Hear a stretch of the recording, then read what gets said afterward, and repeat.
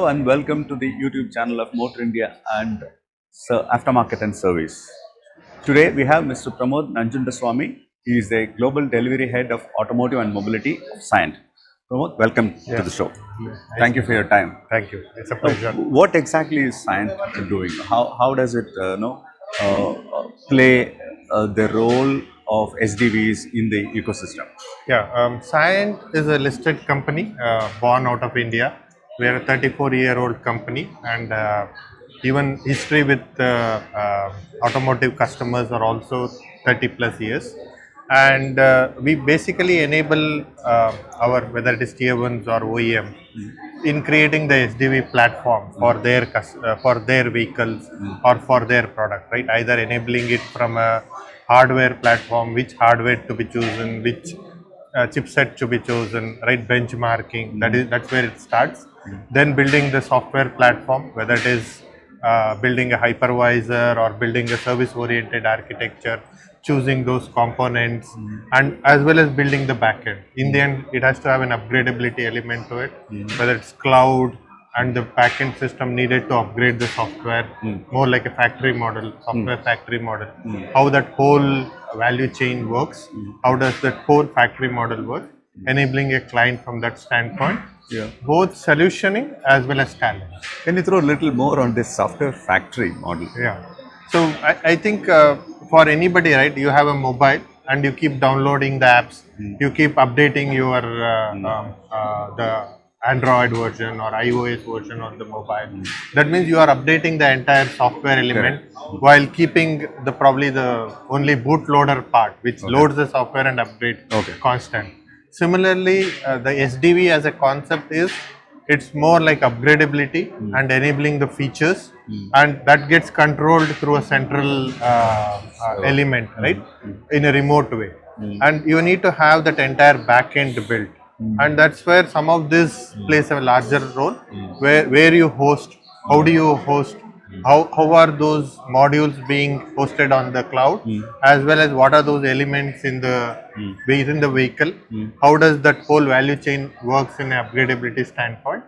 And like, for example, you have an inventory of components. It's an inventory of software components. So, and you pick and choose what is needed based on what the user needs, what he has subscribed for, what he wants to have, or what he has purchased.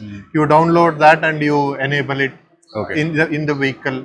That then enables certain features for him based on what he has paid for or what he has subscribed for. And then it is not only that, maintaining it over a period of time, right? Like even after 10 years from now, if anything happens, I need to be able to trace back what version of software it had, what was the code baseline, what was the issue.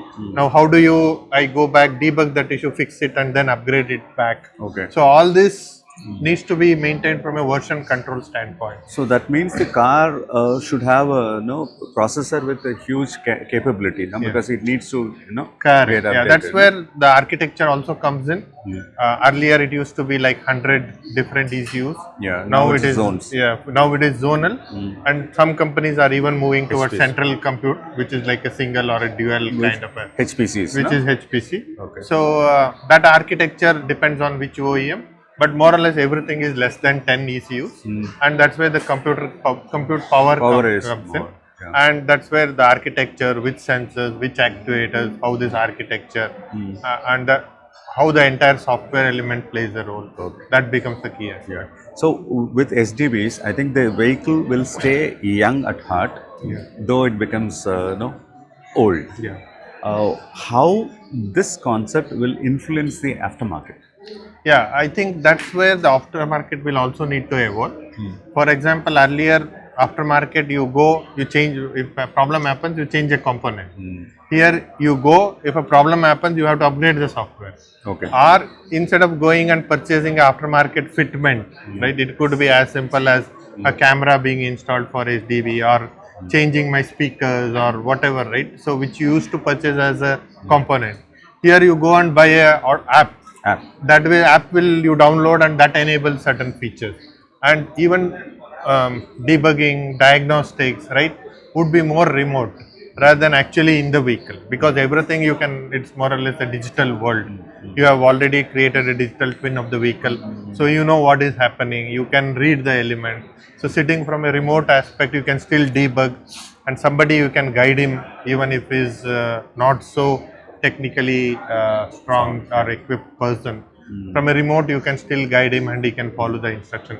So the entire aftermarket also evolved more from a component physical perspective And to also a software virtual world perspective. It will be a twin growth, no? Yeah.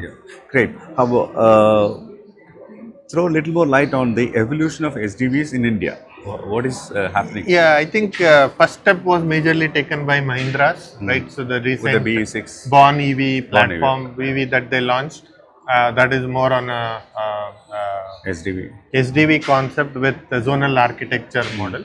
And now other OEMs are also jumping into the wagon.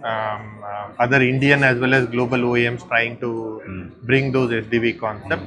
I think that's where I think we should compliment Mahindra's for taking that Bold step. Yeah. big and bold step, right? And it's not easy building the whole ecosystem, building the partner ecosystem, building your own internal talent, and bringing entire tier 1 and service provider community together along with other ecosystem partners.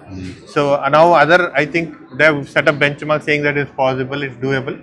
Of course, there are challenges. Of course, there are some hiccups, but now others will also are following without getting into too much confidential information being given. But I think everybody is going in that direction.